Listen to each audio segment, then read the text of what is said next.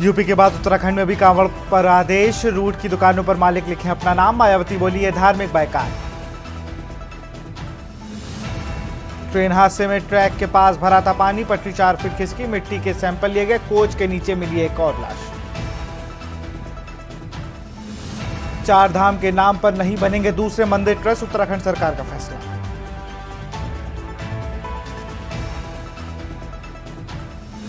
बरेली में सामूहिक निकाह की अनुमति का आवेदन रद्द। तौकीर रजा 21 जुलाई को प्रेमी जोड़ों की सामूहिक निकाह का था आयोजन।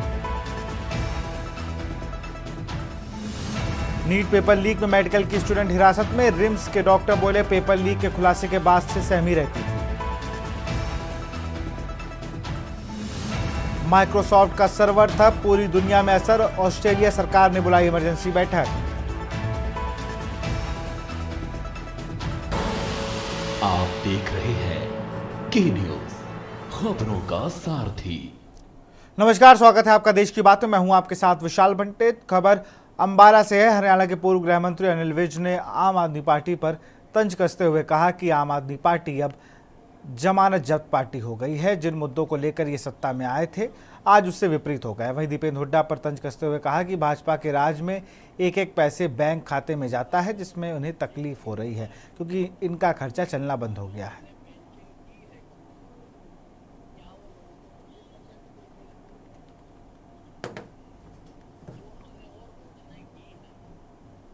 वो उसका 25% मिल रहा है, केवल सारा नहीं मिल देखिए बाहर आना है के आदेश पर। सीबीआई ने जहाँ कोई भी एजेंसी जब किसी को गिरफ्तार करती है तो गिरफ्तार करके कोर्ट में पेश करती है। और केजरीवाल जी को जो आज जेल में रखा हुआ है वो कोर्ट ने रखा हुआ है। वकील साहब ने जो कहनी है बात वो जाके कोर्ट में कहें, उसका कोर्ट में ही असर होगा ना। लेकिन अब कोर्ट बार बार उनकी बेल को रिजेक्ट करती है। इसका मतलब ये है कि उनके खिलाफ कोई ना कोई गंभीर आरोप बनता है। कांकेर जिले के छोटे बेटिया बालिका छात्रावास की नाबालिग छात्रा के साथ हुआ गर्भपात के मामले में एक हफ्ते बाद नया मोड़ आया है। दिल्ली से आई राष्ट्रीय बाल संरक्षण आयोग की महिला सदस्य प्रीति भारद्वाज जांच कर पहुंची कांकेर जिला मुख्यालय के सर्किट हाउस में प्रेस कॉन्फ्रेंस कर पूरी जानकारी दी। मामला उजागर होते ही तत्काल बालिका छात्रावास के अध्यक्षिका को निलंबित किया गया था और अब शिकायतकर्ता सरपंच और ग्रामीण ने अध्यक्षिका पर आरोप लगाने से इनकार किया है।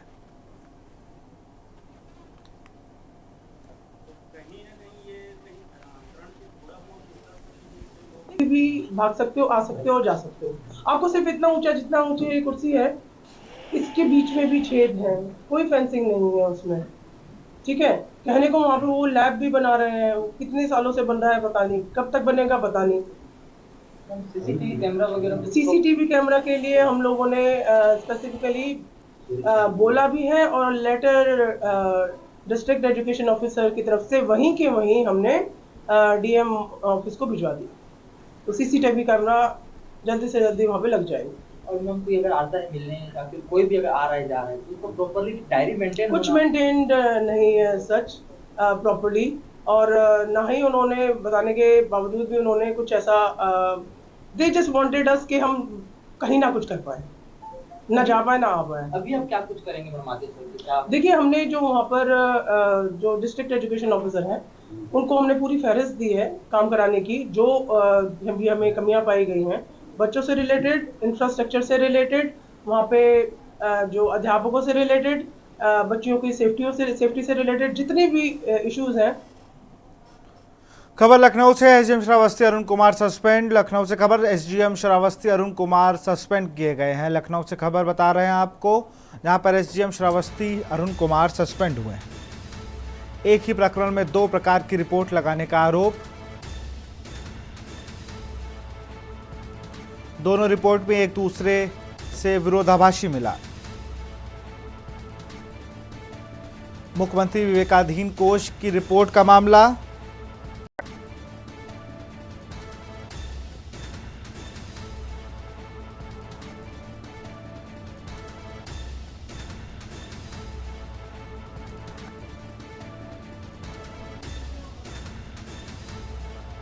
मुख्यमंत्री विवेकाधीन कोष की रिपोर्ट का मामला, रिपोर्ट माने ढंग से भेजने का आरोप।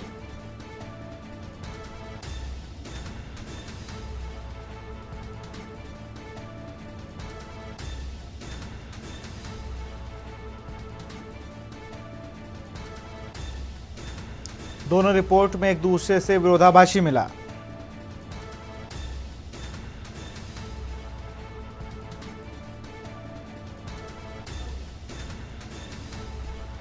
एक ही प्रकरण में दो प्रकार की रिपोर्ट लगाने का आरोप। इसी खबर पर अधिक जानकारी के साथ कौशलेंद्र उपाध्याय हमारे संवाददाता लखनऊ जुड़ गए। कौशलेंद्र, एक बड़ी कार्रवाई है।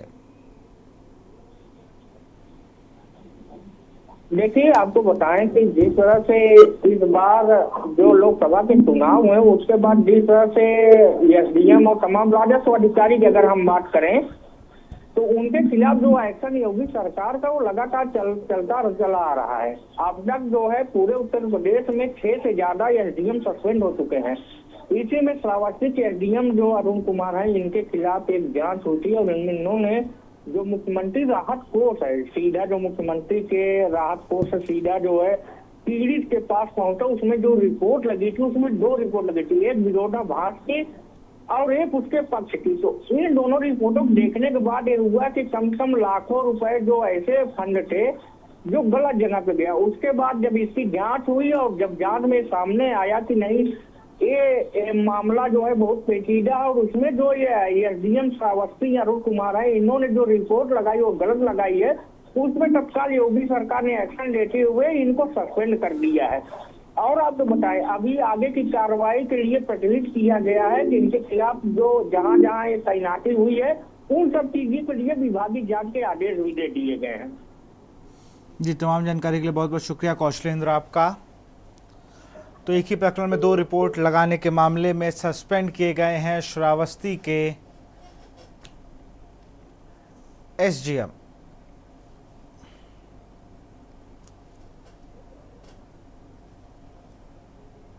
मुख्यमंत्री विवेकाधीन कोष की रिपोर्ट का ये पूरा मामला।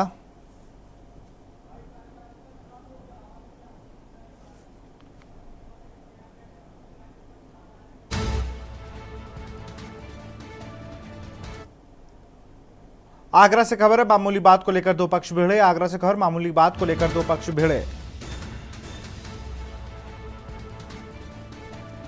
अलग अलग समुदाय के 2 पक्ष आए सामने।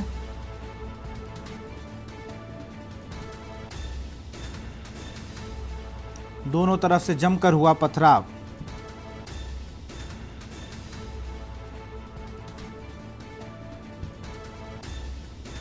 पथराव होने से कई लोग घायल।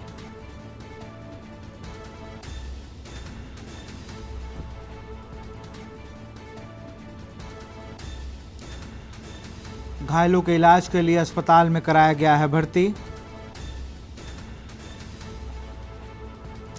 थाना एतमाद-उद-दौला क्षेत्र के अब्बास नगर का ये पूरा मामला।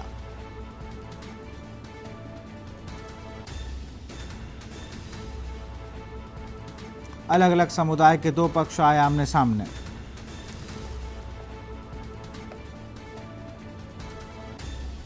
और इसी खबर पर अधिक जानकारी के साथ अजेंद्र चौहान हमारे साथ फोन लाइन में जुड़ चुके हैं। अजेंद्र, पथराव होने से कई लोग घायल हुए हैं। अगर बात की जाए तो 2 पक्षों में विवाद किस चीज का था? और देखिए विशाल, अगर बात की जाए यहाँ की तो अलग अलग समुदाय के 2 लोग पड़े हैं। आगरा के थाना ट्रांसजमुना इलाके के अब्बास नगर का ये पूरा मामला है। थाना एतमाद-उद-दौला इलाके के अब्बास नगर का ये मामला है और अभी तक की जानकारी में पथराव दोनों तरफ से जमकर हुआ है। वहीं एक अभी अपडेट हुई है कि एक वीडियो सामने आया है, सीसीटीवी फुटेज, जिसमें एक युवक तमंचा लहराते हुए नजर आ रहा है और उसमें 3 राउंड फायरिंग की बात की गई है। हालांकि एसीपी चत्ता का कहना है कि फायरिंग की जांच कराई जा रही है, लेकिन फिलहाल दोनों ही तरफ से काफी लोग इंजर्ड हैं, उनको अस्पताल में इलाज के लिए भर्ती करा दिया गया है और पूरे मामले की जांच चल रही है। अभी तक ये स्पष्ट नहीं हो पाया है क्योंकि अलग अलग समुदाय के दोनों ही पक्ष हैं। क्या वजह रही है, क्या ये इस पथराव का, इस झगड़े का क्या मूल वजह क्या रही है, अभी तक बात निकल कर नहीं आ पाई है। लेकिन यहाँ पर पथराव के साथ साथ अभी अपडेट में फायरिंग की बात भी सामने आई है, जिसका की सीसीटीवी फुटेज युवक तमंचा लहराते हुए नजर आ रहा है। जी, पुलिस का क्या कुछ कहना है इस पर? देखिए, एसीपी चत्ता का कहना है कि दो पक्ष थे, दोनों पक्षों में किसी बात को लेकर कहासुनी हुई। पहले ही कुछ लोगों के बीच में बात की, लेकिन जब माहौल अलग हुआ, क्योंकि ये जो जगह है यहाँ पर आसपास दोनों ही समुदाय रहते हैं, उसके बाद दोनों ही समुदायों के अलग अलग लोग आमने सामने आ गए और दोनों तरफ से पथराव हुआ। हालांकि पथराव का कोई वीडियो सामने नहीं आया है, लेकिन जब पुलिस को सूचना मिली, तमाम थाने का पुलिस फोर्स मौके पर पहुंचा, कई इलाकों का थाने का फोर्स पहुंचा और उसके बाद जो घायल थे, घायलों को इलाज के लिए भर्ती कराया गया और पूरे मामले को पुलिस का कहना है कि कठोरता से लिया जाएगा। इस तरह का न्यूसेंस बर्दाश्त नहीं किया जाएगा। लेकिन अभी जो कहा गया है कि इसमें फायरिंग का भी एक पीड़ित ने आरोप लगाया कि फायरिंग भी की है और फायरिंग की जांच, फायरिंग की बात को क्लियर कर बात की गई जा रही है। जी, तमाम जानकारी के लिए बहुत बहुत शुक्रिया अजयेंद्र आपका। तो आगरा मामूली विवाद को लेकर दो पक्ष भिड़े हैं।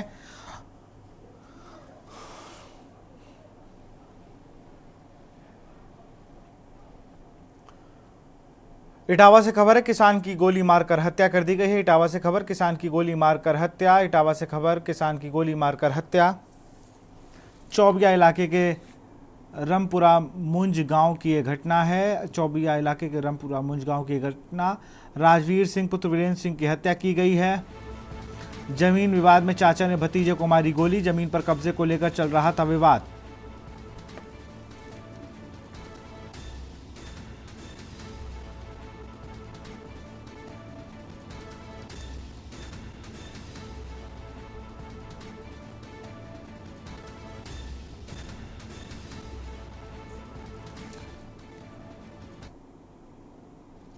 वीर नामक एक युवक की लगभग 30-32 साल जिसकी उम्र बताई जाती है, रमपुरा गांव है, थाना चौबिया, इटावा में आज दोपहर में एक ज़मीन को जोतने के लिए आपस में विवाद हुआ। हालांकि ये विवाद अभी तक की जो चेक किया गया है IRS वगैरह में या किसी एप्लीकेशन थाने पर नहीं देखा गया है, लेकिन ये ज़मीन संबंधी झगड़े में ये गोली मारने की घटना हुई है। इसमें लाइसेंसी बंदूक से जो है 12 बोर की बंदूक से लाइसेंसी से इसने फायर किया है। और ये महत्वपूर्ण बात ये है कि दोनों सगे चाचा भतीजे हैं। जो मुलजिम पक्ष है वो चाचा लगता है और जो मृतक पक्ष है वो भतीजा है। और कुछ लोगों को इसमें जो है जिनका शंका है, जिनका घटना किया गया है, उन लोगों को पूछताछ के लिए कब्जे में ले लिया गया है और कस्टडी में पूछताछ की जा रही है। और इसमें बंदूक भी जो है निश्चित तौर से बरामद की जाएगी और सख्त से सख्त कार्रवाई इसमें जो है अमल में लाई जाएगी। महराजगंज से खबर, आयुर्वेदिक व यूनानी कार्यालय का बाबू गिरफ्तार। महराजगंज से खबर, आयुर्वेदिक व यूनानी कार्यालय का बाबू गिरफ्तार। एंटी करप्शन ने बाबू को रंगे हाथों किया गिरफ्तार। महराजगंज के आयुर्वेदिक व यूनानी कार्यालय का बाबू गिरफ्तार। एंटी करप्शन ने बाबू को रंगे हाथ किया गिरफ्तार।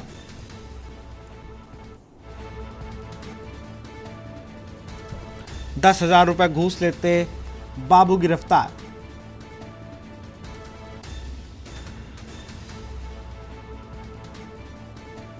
अपने ही विभाग के कर्मचारी से मांगा था घूस। जांच खत्म करने के नाम पर बाबू ने मांगा था घूस। एंटी करप्शन ने बाबू को रंगे हाथों किया गिरफ्तार। आयुर्वेदिक यूनानी कार्यालय में तैनात है बाबू।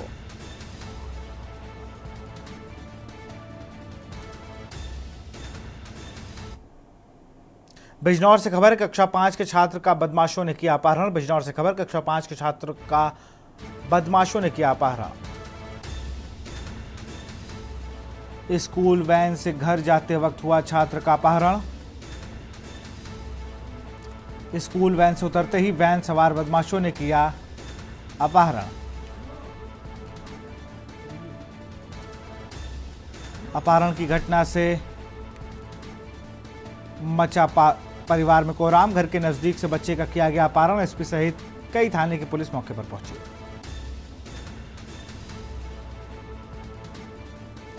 स्कूल वैन से उतरते ही वैन सवार बदमाशों ने किया अपहरण।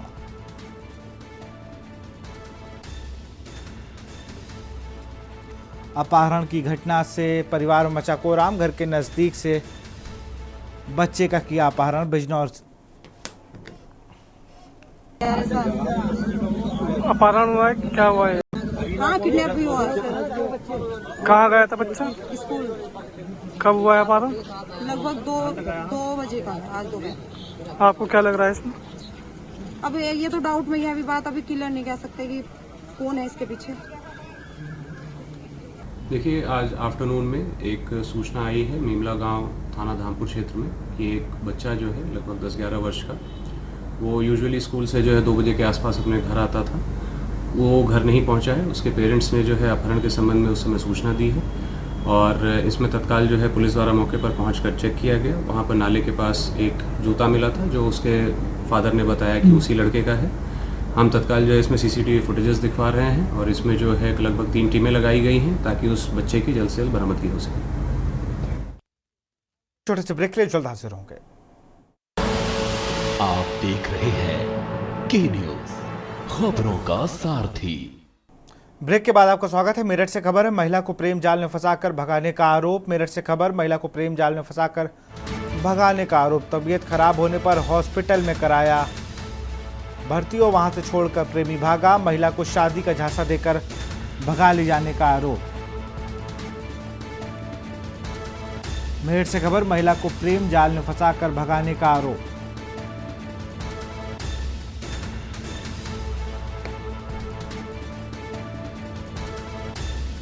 महिला को शादी का झांसा देकर भगा ले जाने का आरोप। परिजनों ने बेटी को अपनाने से किया इनकार। मैं 9 महीने से एक लड़की के साथ रह रही थी, उसने ही मेरा डिवोर्स करवाया है मेरे हस्बैंड से कि मैं तुझे रख लूँगा अपने साथ। मेरी शादी हुई भी, मेरी बीवी भी राजी है और मेरे घर वाले भी राजी हैं। मैंने उस सब फिर मुझे 4 दिन से मुझे प्यारे लाल में एडमिट करा दिया। जब मेरी रिपोर्ट आई मेरी रीढ़ की हड्डी खोखली हो गई तो कह रहा तू कहीं भी मर कहीं भी जा, मुझे तुझसे मतलब नहीं है। मैंने अपने घर वालों को फ़ोन करा, मेरे घर वालों ने कह दिया हमारा तेरा कुछ मतलब नहीं है, तू कहीं भी जा, कहीं भी, फिर हमें मतलब नहीं तेरे से। और मैं अपने घर वालों पापा के 2 लाख रुपए ले गई थी, सोने के कुंडल, लौंग और ये पहन कर गई थी। सब उसने ही खा लिया, खा पी के, और मुझे धक्के देके निकाल दिया। खबर औरैया से है, 2 पक्षों के आपसी विवाद में अधेड़ की मौत। औरैया से खबर, 2 पक्षों के आपसी विवाद में अधेड़ की मौत।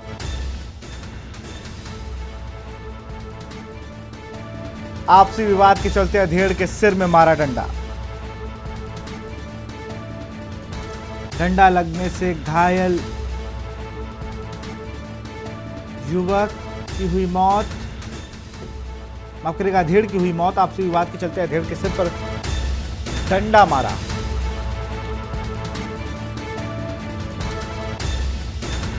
डंडा लगने से घायल अधेड़ की अस्पताल में मौत।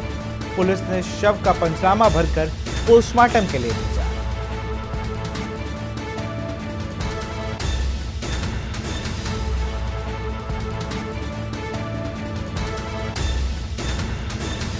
के बीच में ग्राम रोशनपुर थाना फफूंद में विनोद कुमार सन ऑफ एवरन सिंह व गोविंद बाबू उर्फ मदन सिंह सन ऑफ छोटे लाल से आपस में झगड़ा हो गया, जिसमें मदन सिंह के चाचा रामसेवक उम्र 65 वर्ष बीच बिचाव में आ गए और शराबी विनोद ने उनके सर पर डंडा मार दिया, जिससे वो गंभीर रूप से घायल हो गए, जिन्हें चिचौली सदर अस्पताल भेजा गया, जहां डॉक्टरों ने मृत घोषित कर दिया गया है। शराबी विनोद की तलाश जारी है। तहरीर आने पर आवश्यक कार्रवाई करते हुए विधिक कार्रवाई की जाएगी। लाइन ऑर्डर की कोई समस्या नहीं है। खबर सीतापुर से है, ग्राम पंचायत सचिव की लापरवाही से जलभराव। सीतापुर से खबर, ग्राम पंचायत सचिव की लापरवाही से जलभराव। जलभराव की समस्या से लोगों के लिए बन रही मुसीबत।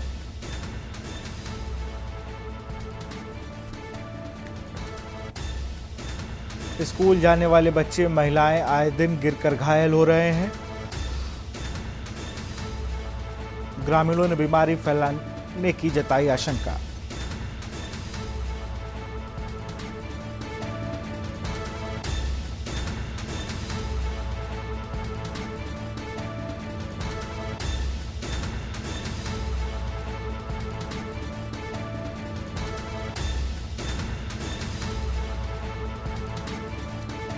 एलिया ब्लॉक के ग्राम पंचायत तिहर का ये पूरा मामला।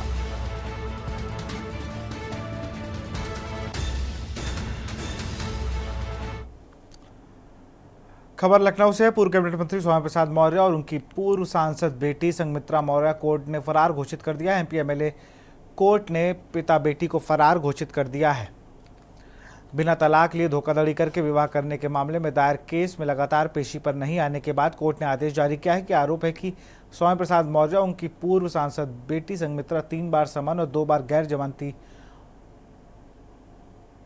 वारंट और 1 बार गैर जमानती वारंट होने के बाद भी कोर्ट में हाजिर नहीं हो रहे थे। संघमित्रा, स्वामी प्रसाद मौर्य समेत 5 पर दीपक कुमार स्वर्णकार ने मारपीट, गाली गलौज, जनमान की धमकी देना और साजिश रचने का परिवारवाद दर्ज कराया था। वादी सुशांत गोल्ड सिटी में रहने वाले दीपक कुमार स्वर्णकार ने के अनुसार संघमित्रा मौर्य से उनकी शादी हुई है, जिसको वो नकार रही हैं।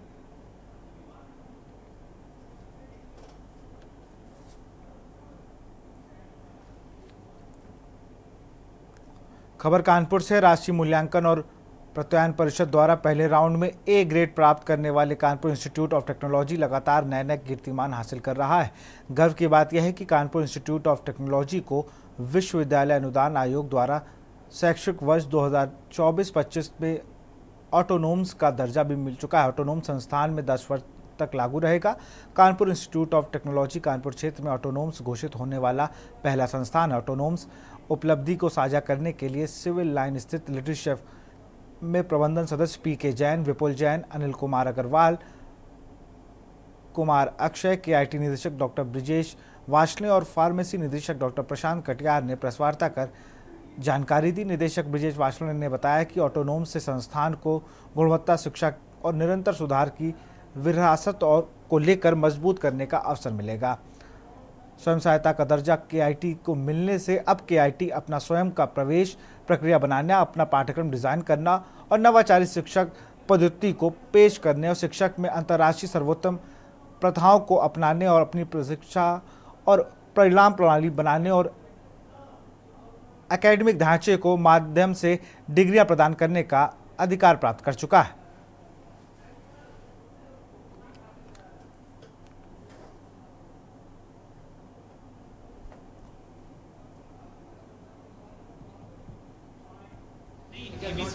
बताना चाहूंगा कि कानपुर इंस्टीट्यूट ऑफ टेक्नोलॉजी को यूनिवर्सिटी ग्रांट कमीशन के द्वारा 10 साल के लिए ऑटोनॉमस का स्टेटस अभी मिला है।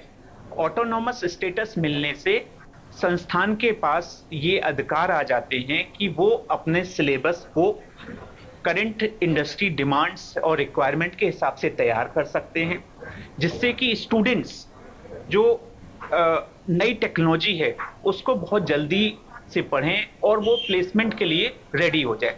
आज के समय में ये बहुत बड़ी समस्या होती है कि करिकुलम्स चेंज नहीं हो पाते, तो स्टूडेंट्स को नई टेक्नोलॉजी के बारे में नहीं पता लगता। तो जब करिकुलम उनको लेटेस्ट मिलेगा और बहुत तेजी से चेंज होने वाला होगा, तो स्टूडेंट्स को अच्छी नॉलेज मिलेगी और वो फाइनली अच्छी जगह प्लेस हो जाएंगे। प्लस ऑटोनॉमस से क्योंकि हमें ए ग्रेड नैक का भी मिला हुआ है, और जो पूरे कानपुर में अगर हम देखेंगे तो कोई भी संस्थान नहीं है, और पूरे यूपी में भी देखेंगे तो ऑटोनॉमस के 4 या 5 कॉलेज ही हैं।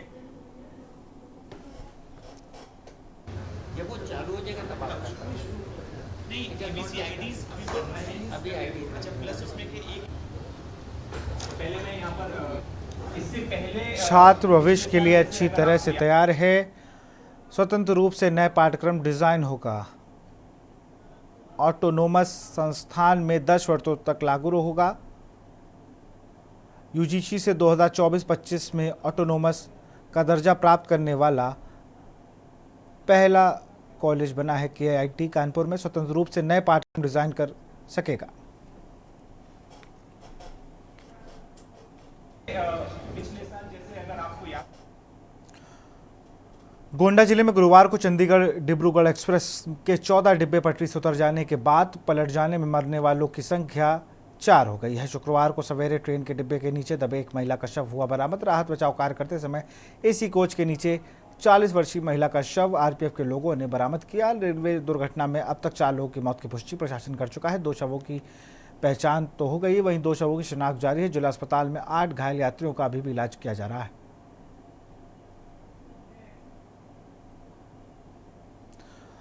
अब अगली खबर आपको कुशीनगर से बताते हैं, जहां पर बरवापट्टी थाना क्षेत्र के एक गांव में 65 वर्षीय बुजुर्ग महिला के साथ दिल्ली के निर्भया कांड जैसी घटना सामने आई है।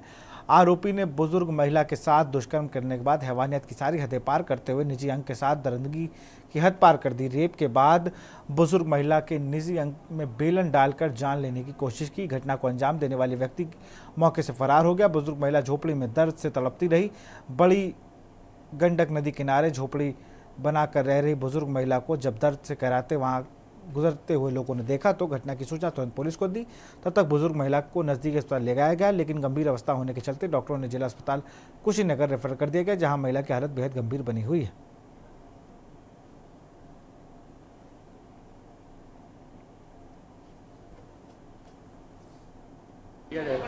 हाँ, कहाँ कराने वाला आरोपी अभी पता नहीं चला कहाँ का है, कहीं गलत सलत बता रहा है रिपोर्ट, कहीं यहाँ घर बता रहा है, कहीं वहाँ बता रहा है। देखने आरोपी को क्या लग रहा है? क्या आरोपी को देखने आपको क्या लग रहा है, कैसा है? आरोपी का फोटो है हमारे मोबाइल में। रहती कहाँ की वो बंधे पे ही रहते हैं। कि हालत बहुत गंभीर है और उनको बाहरी एग्जामिनेशन करने पे ये पता चल रहा है कि उनके साथ मतलब कुछ बलात्कार टाइप का हुआ है और उनकी हालत बहुत गंभीर है और मेडिको लीगल एग्जामिनेशन उनका अभी नहीं हुआ है क्योंकि उनकी हालत इतनी गंभीर है कि उनको प्राइमरी ट्रीटमेंट के लिए भेजा गया है। जब प्राइमरी ट्रीटमेंट हो जाएगा तो उनकी हालत में थोड़ा सुधार हो जाएगा, तब जाकर उनका मेडिको लीगल एग्जाम। हाँ, कुछ ऑब्जेक्ट वो एक्चुअली मैंने वो देखा नहीं है, लेकिन जब मैं यहाँ आई तो मतलब यहाँ के स्टाफ से पता चला कि उनके प्राइवेट पार्ट में कुछ ऑब्जेक्ट थे जिसको रिमूव कर दिया। जनपद कुशीनगर के थाना बरवापट्टी पर आज सुबह 112 द्वारा ये सूचना प्राप्त हुई कि थाना क्षेत्र अंतर्गत एक गांव में एक महिला के साथ उसी के गांव के युवक द्वारा दुष्कर्म का प्रयास किया गया है।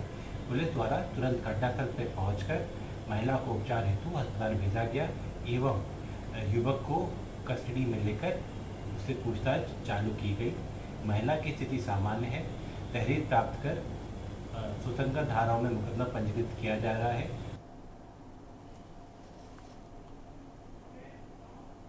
यहाँ रुकते एक छोटे से ब्रेक ले, जल्द हाजिर होंगे। आप देख रहे हैं के न्यूज़, खबरों का सारथी।